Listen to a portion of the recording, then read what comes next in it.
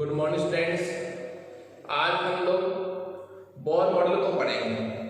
Bohr model की पृष्ठभूमि क्या थी कि बोर मॉडल से पहले हमें विद्युत चुंबकीय विकिरणों की दोहरी प्रकृति के बारे में पता चला था कि विद्युत चुंबकीय विकिरण जो है वो दोहरी प्रकृति की होती हैं। उनमें कण और तरंग दोनों प्रकार के गुण उपस्थित होते हैं।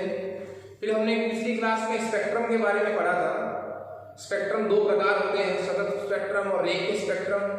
परमाणु जो है वो गैसीय अवस्था में रेखीय स्पेक्ट्रम देते हैं, जिनमें विशिष्ट प्रकार की तरंग दैर्ध्य उपस्थित होती हैं। सभी प्रकार की तरंग दैर्ध्य जिसमें उपस्थित होती हैं उसे सतत स्पेक्ट्रम कहते हैं। इन सब गणनाओं के आधार पर बोर ने अपना मॉडल दिया परमाणु की संरचना के बारे में। बोर का जो परमाणु सिद्धांत था वो कुछ सिद्धांतों पर आधारित था, कुछ स्टेटमेंट पर वो बेस्ड था। वो स्टेटमेंट क्या थे उनको हम इस क्लास में पढ़ने जा रहे हैं।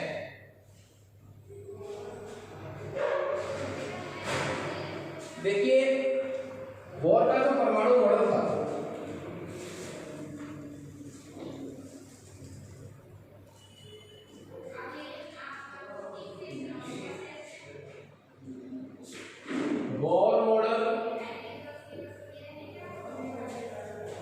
बोर मॉडल किन सिद्धांत पर आधारित था उनकी बात हम सबसे पहले करेंगे। बोर के अनुसार इलेक्ट्रॉन नाभिक के चारों तरफ निश्चित ऊर्जा के स्थायी कक्षा में चक्कर लगाता है, जिन्हें हम अनुमत ऊर्जा स्तर या स्थायी कक्षा कहते हैं। बोर ने क्या कहा कि इलेक्ट्रॉन नाभिक के चारों तरफ निश्चित कक्षा में चक्कर लगाता है, निश्चित ऊर्जा की कक्षा में चक्कर लगाता है, जिसे स्थायी कक्षा कहा जाता है। और स्थायी कक्षा में जब इलेक्ट्रॉन चक्कर काटता है नाभिक के चारों तरफ, तो उसकी ऊर्जा वो कभी न तो उत्सर्जन करता है न वो ऊर्जा का अवशोषण करता है। तो पहला बेस क्या था हाइड्रोजन परमाणु के बोर मॉडल का कि जो इलेक्ट्रॉन है वो निश्चित ऊर्जा तथा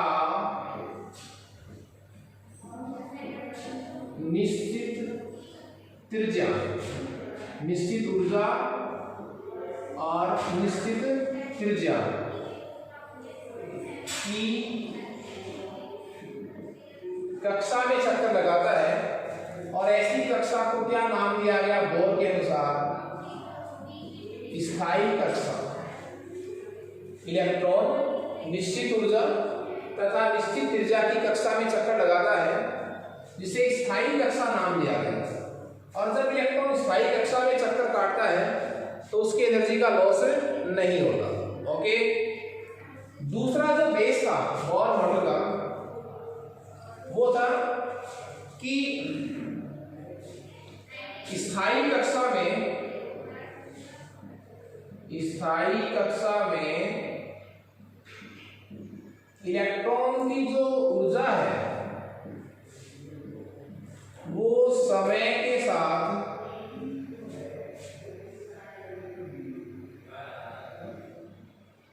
परिवर्तित नहीं होती। स्थायी कक्षा में इलेक्ट्रॉन की ऊर्जा समय के साथ परिवर्तित नहीं होती है। ओके, थर्ड जो स्टेटमेंट था, इस स्टेटमेंट को मैं आपको ऐसे भी एक्सप्लेन कर सकता हूं कि जो इलेक्ट्रॉन है वो जब निम्न ऊर्जा स्तर से, निम्न ऊर्जा स्तर का मतलब क्या हुआ? कक्षा। जब वो उच्च ऊर्जा स्तर में जाता है, उच्च कक्षा में जाता है, मान लीजिए कोई इलेक्ट्रॉन पहली कक्षा में है और वो दूसरी कक्षा में जा रहा है, तो इलेक्ट्रॉन जब निम्न ऊर्जा स्तर से उच्च ऊर्जा स्तर में जाता है तो ऊर्जा का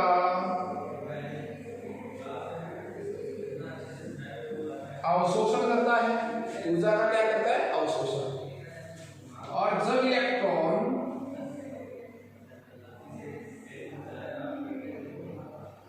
उच्च ऊर्जा स्तर से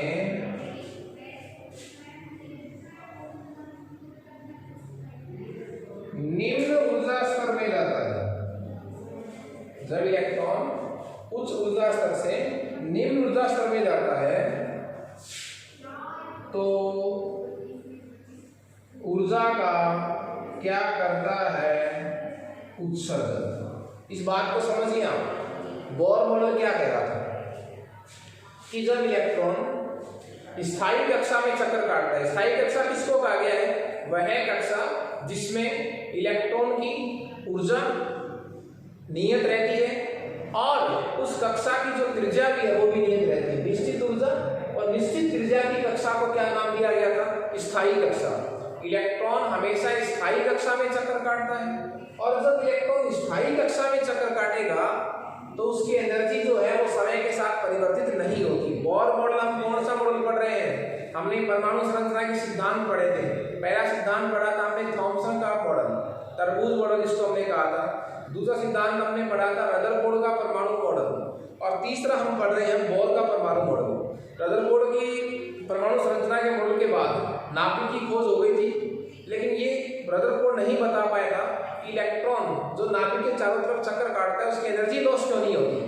ठीक है, क्योंकि कोई भी आवेशित कण है जब वह चक्कर काटता है तो उसकी एनर्जी लॉस होनी चाहिए और एक न एक दिन वो नाभिक में गिर जाना चाहिए, मतलब परमाणु नष्ट हो जाना चाहिए। परमाणु कभी नष्ट होता नहीं है। इस बात की व्याख्या रदरफोर्ड नहीं कर सका था, लेकिन बोर ने क्या कहा कि इलेक्ट्रॉन जो है वो हर किसी कक्षा में चक्कर नहीं काटते हैं। इलेक्ट्रॉन उसी कक्षा में चक्कर काटता है जो कैसी होती है, स्थायी कक्षा। स्थायी कक्षा कौन सी होती है, जिसमें निश्चित ऊर्जा होती है, निश्चित इसकी त्रिज्या होती है। और स्थायी कक्षा में यदि इलेक्ट्रॉन चक्कर काट रहा है तो उसकी एनर्जी कभी लॉस नहीं होती।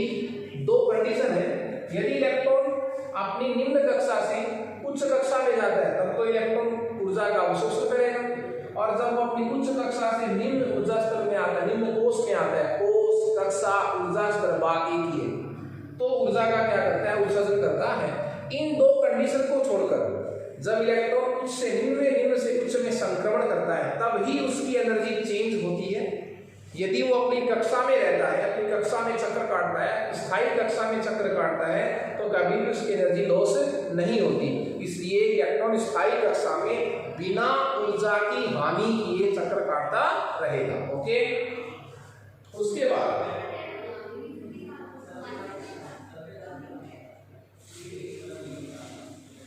तीसरी बात कि किन्हीं दो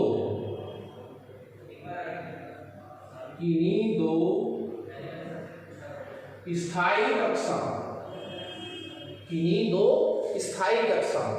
किन्हीं दो स्थायी कक्षाओं के मध्य, किन्हीं दो स्थायी कक्षाओं के मध्य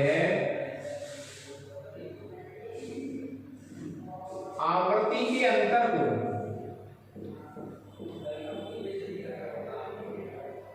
निम्न सूत्र द्वारा हम व्यक्त कर सकते हैं, न्यू बराबर ΔE/h। ये सूत्र आपने पढ़ा था, प्लांक का क्वांटम सिद्धांत। जो क्वांटम की ऊर्जा E है वो आवर्ती न्यू के समानुपाती होती है। E समानुपाती न्यू, समानुपाती का साइन आपने रिमूव किया था तो h प्लांक कांस्टेंट आया था। E बराबर h न्यू, E बराबर h न्यू इस सूत्र पढ़ा था आपने, वहां से मैंने न्यू का फॉर्मूला निकाला है E/h। डेल E का मतलब क्या है, डेल E का मतलब है E2 - E1, मतलब दो स्थायी कक्षाओं के मध्य किसका अंतर, ऊर्जा का अंतर। क्लियर है, डेल E का मतलब है E2 - E1, मतलब जो दो, मैं क्या कह रहा हूं, दो कक्षाओं के मध्य यदि आपको ऊर्जा का अंतर निकालना हो तो न्यू चाहिए, न्यू निकालना हो तो ऊर्जा चाहिए। तो दोनों कक्षाओं की मध्य ऊर्जा का अंतर जो है वो डेल E है। x प्लांक कांस्टेंट है, h क्या है, प्लांक नियतांक। ठीक है, ये जो नियम है न्यू बराबर डेल E/h, इस नियम को बोर की आवृत्ति का नियम नहीं कहते हैं। बोर का क्या है, आवृत्ति का नियम। इस नियम को क्या कहते हैं, बोर का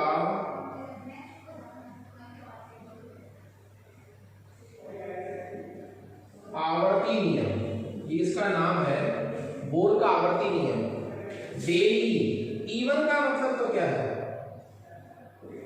निम्न कोश में इलेक्ट्रॉन की ऊर्जा, निम्न कोश में इलेक्ट्रॉन की ऊर्जा E2 क्या है, जब वो गया है उच्च कोश में, उसमें इलेक्ट्रॉन की ऊर्जा। दोनों कक्षाओं के मध्य ऊर्जा के अंतर में जब आप h का भाग लगाते हैं प्लांक कांस्टेंट का, तो आपके पास दोनों स्थायी कक्षाओं के मध्य किसका अंतर आ जाता है, आवर्ती का। क्लियर है। और ये क्या कहलाता है, बोर का कैसा नियम कहलाता है, आवर्ती नियम कहलाता है।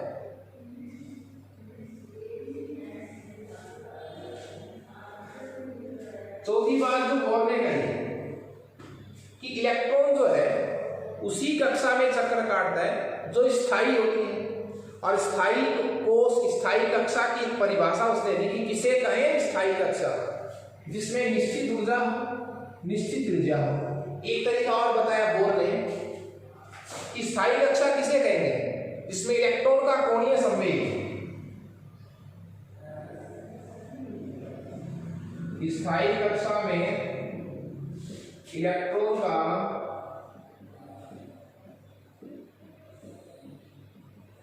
कोणीय संवेग, स्थायी कक्षा में इलेक्ट्रॉन का कोणीय संवेग कितना होना चाहिए। कोणीय संवेग का फॉर्मूला क्या होता है, mvr, द्रव्यमान गुणा वेग गुणा त्रिज्या का गुणनफल क्या कहलाएगा, कोणीय संवेग, एंगुलर मोमेंटम। रेखीय संवेग का घूर्णन अक्ष के प्रति आघूर्ण क्या कहलाता है, कोणीय संवेग। तो mvr अपन क्या हो जाएगा, देखिए nh/2π। यदि किसी कक्षा में इलेक्ट्रॉन का कोणीय संवेग nh/2π के इक्वल है, तो उस कक्षा में चक्कर काटता हुआ इलेक्ट्रॉन कभी भी एनर्जी का लॉस नहीं करेगा। तो mvr बराबर nh/2π। यहाँ h क्या है, प्लांक कांस्टेंट, n क्या है, कोश की संख्या, पहले कोश की, दूसरे कोश की, तीसरे कोश की, पाई कोई दिक्कत नहीं, 2 है। तो कोणीय संवेग जो है वो कितना होना चाहिए, nh/2π। h/2π का पूर्ण गुणज होना चाहिए। क्लियर है। n की वैल्यू 1 2 3 4 हो सकती है। ये चार कुछ ऐसी बातें थी जिनके बेस पर बोर ने अपना परमाणु सिद्धांत दिया। इसके बाद ये जो मैंने आपको बताया ये बोर का सिद्धांत है।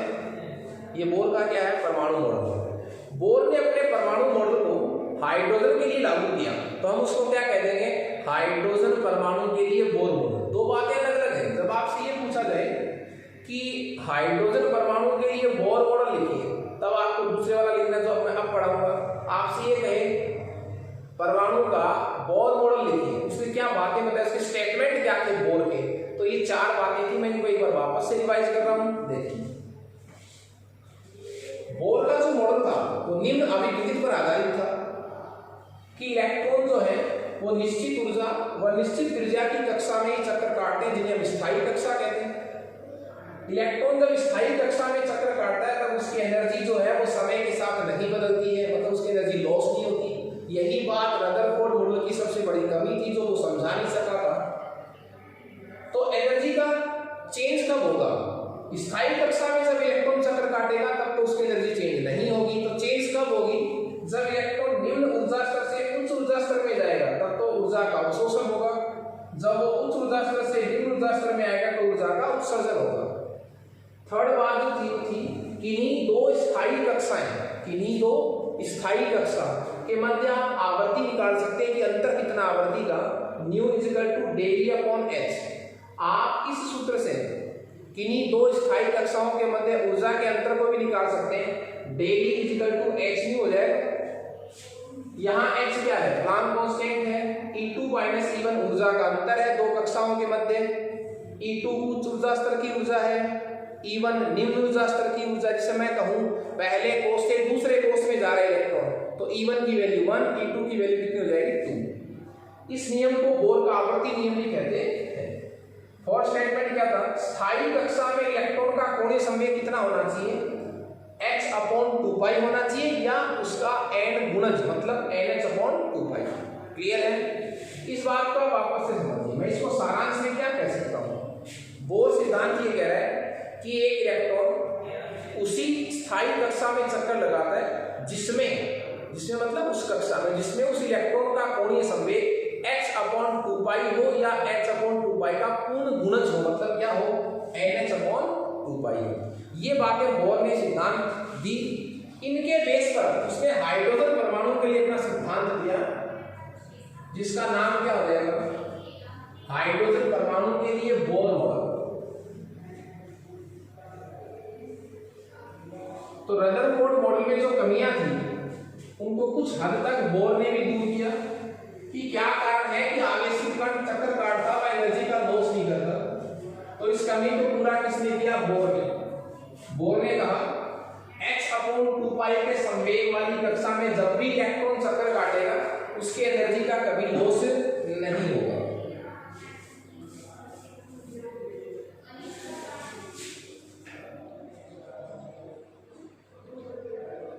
तो हमारा नेक्स्ट टॉपिक है हाइड्रोजन परमाणु के लिए बोर मॉडल।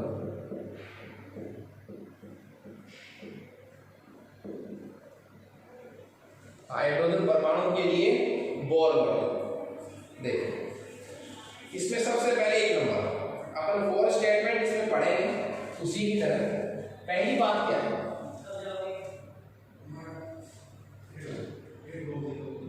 इलेक्ट्रॉन के लिए जो स्थायी कक्षा होती है, इलेक्ट्रॉन के लिए जो क्या होती है, स्थायी कक्षा होती है। स्थायी कक्षा किसको कहा गया है, स्थायी कक्षा वह कक्षा है जिसमें इलेक्ट्रॉन का कोणीय संवेग H/2 हो या H/2 का पूर्ण गुणज हो, और ऐसी कक्षा में चक्कर काटते हुए इलेक्ट्रॉन की कभी एनर्जी लॉस नहीं होती। तो इलेक्ट्रॉन के लिए स्थायी कक्षा को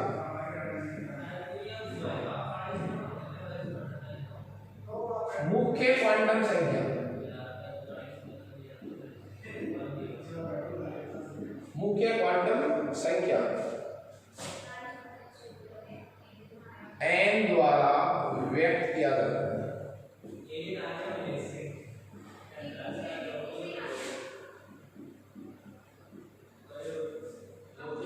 इलेक्ट्रॉन के लिए स्थायी कक्षा को मुख्य क्वांटम संख्या n द्वारा व्यक्त किया जाता है, जिसकी वैल्यू क्या हो सकती है, n बराबर 1 2 3 4 5 6।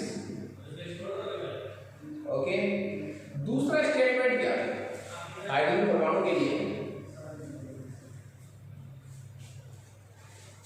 स्थायी कक्षा की जो त्रिज्या है, स्थायी कक्षा की जो त्रिज्या है उसको निम्न सूत्र द्वारा फाइंड कर सकते हैं। स्थायी कक्षा का मतलब क्या हुआ, जिसमें इलेक्ट्रॉन का कोणीय संवेग H/2 या उसका क्या होता है, पूर्ण गुणज होता है। उसके लिए उसने फॉर्मूला दिया कि Rn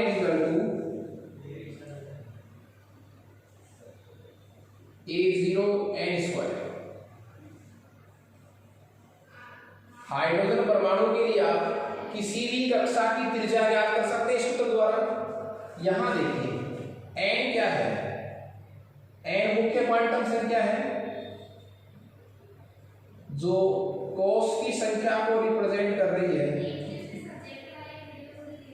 A0 फिक्स वैल्यू है सर, 52.9 पिकोमीटर, 52.9 पिकोमीटर ये वैल्यू फिक्स है। तो मैं इसका एक फॉर्मूला डायरेक्ट बना सकता हूं क्या, कि Rn का मतलब कौन से कोष की त्रिज्या आप याद करना चाह रहे हैं, 52.9 गुणा n² पिकोमीटर।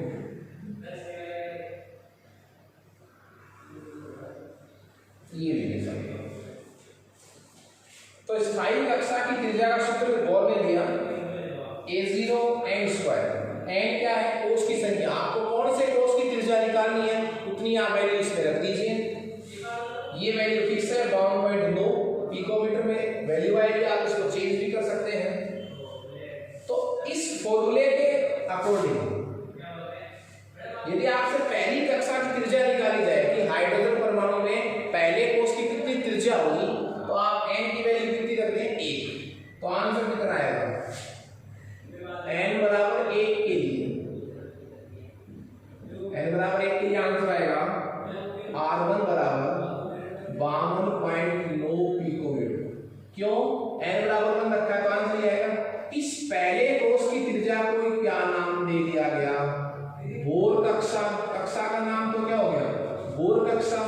और इस त्रिज्या के मान को नाम क्या दे दिया गया?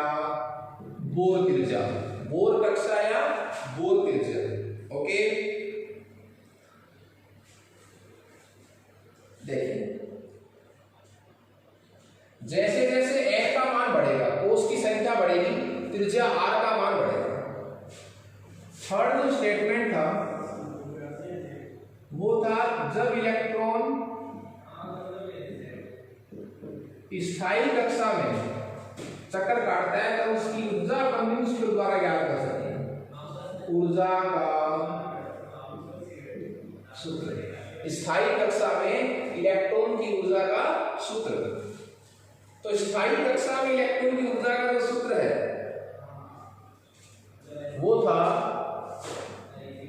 En बराबर -1 अपॉन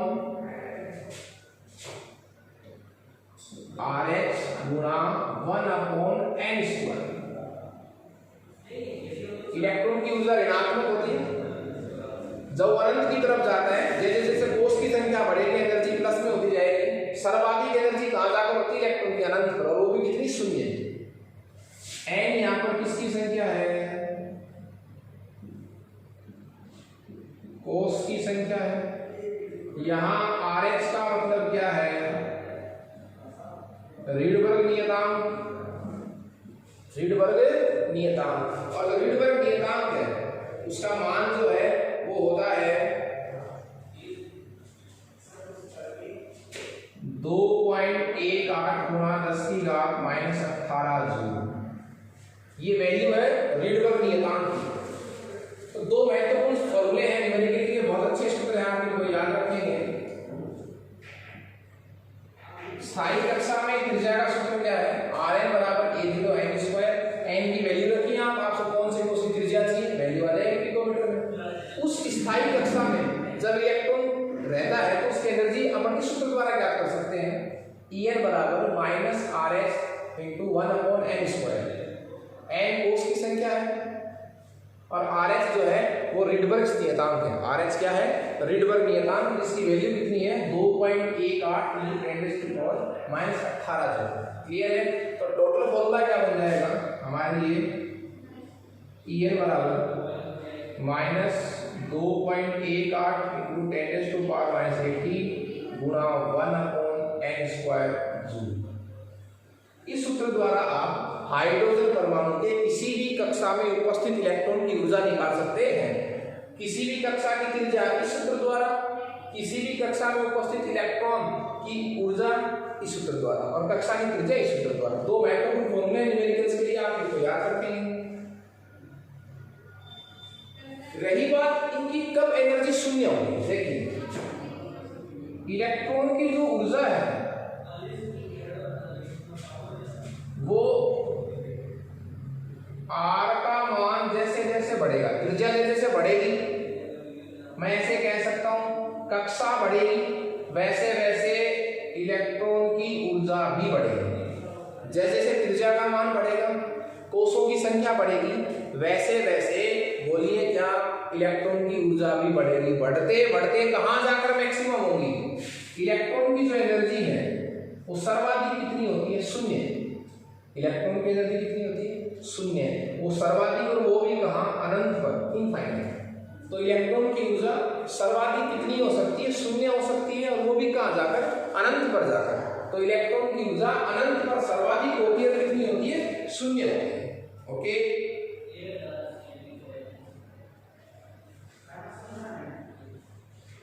जो बोर ने अपना परमाणु सिद्धांत दिया वो हाइड्रोजन परमाणु के लिए था। हम बोर के परमाणु सिद्धांत को, इन ऊर्जा और त्रिज्या के सूत्र को अन्य परमाणु और आयन पर भी लागू कर सकते हैं, पर उसके लिए शर्त क्या है कि उस परमाणु या आयन में इलेक्ट्रॉन कितने होने चाहिए? 1। तो मैं इस सिद्धांत को अन्य पर भी लागू कर सकता हूं, जैसे हीलियम प्लस। हीलियम में कितने इलेक्ट्रॉन होते हैं? 2, पर मैंने इलेक्ट्रॉन निकाल दिया तो हीलियम प्लस में कितने इलेक्ट्रॉन हो गए? 1। तो ये नियम उस पर भी लागू हो सकते हैं, पर डिफरेंट क्या आएगा? डिफरेंस ये आएगा, हाइड्रोजन के लिए परमाणु क्रमांक 1 होता है, हीलियम के लिए परमाणु क्रमांक कितना है? 2। तो हीलियम पर। लिथियम कितने नंबर पर आता? 3 पर।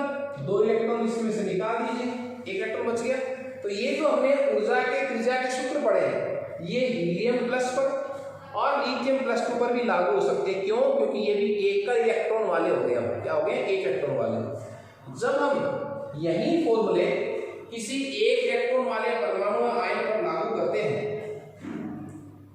तो इनमें क्या होता है? कुछ चेंजेस होंगे। परमाणु क्रमांक का अपन सूत्र इसमें डेराइव करेंगे अन्य के किसी के लिए, पर शर्त क्या है? किसी परमाणु या आयन में इलेक्ट्रॉन कितना होना चाहिए? 1। तो हम इसी सूत्र को काम है, इसलिए परमाणु क्रमांक को भी ऐड करना पड़ेगा। तो त्रिज्या का फॉर्मूला क्या हो जाएगा? Rn बराबर A0 गुणा n² अपॉन z लग गया इसमें।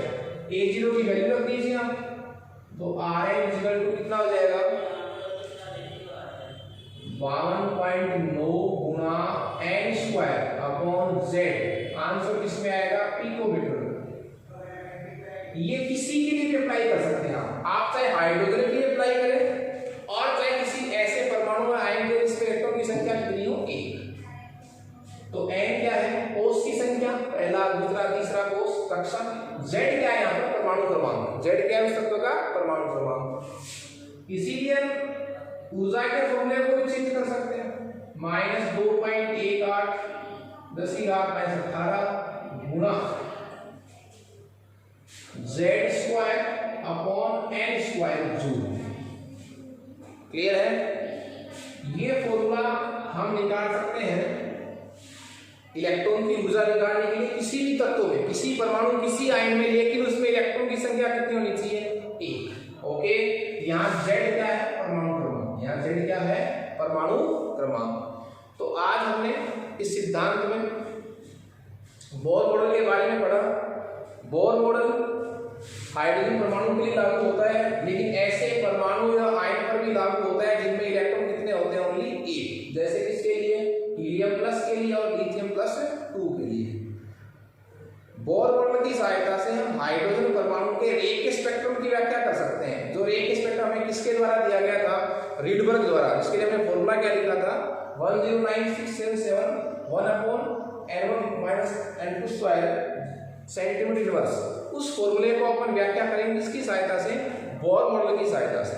Okay, thank you students.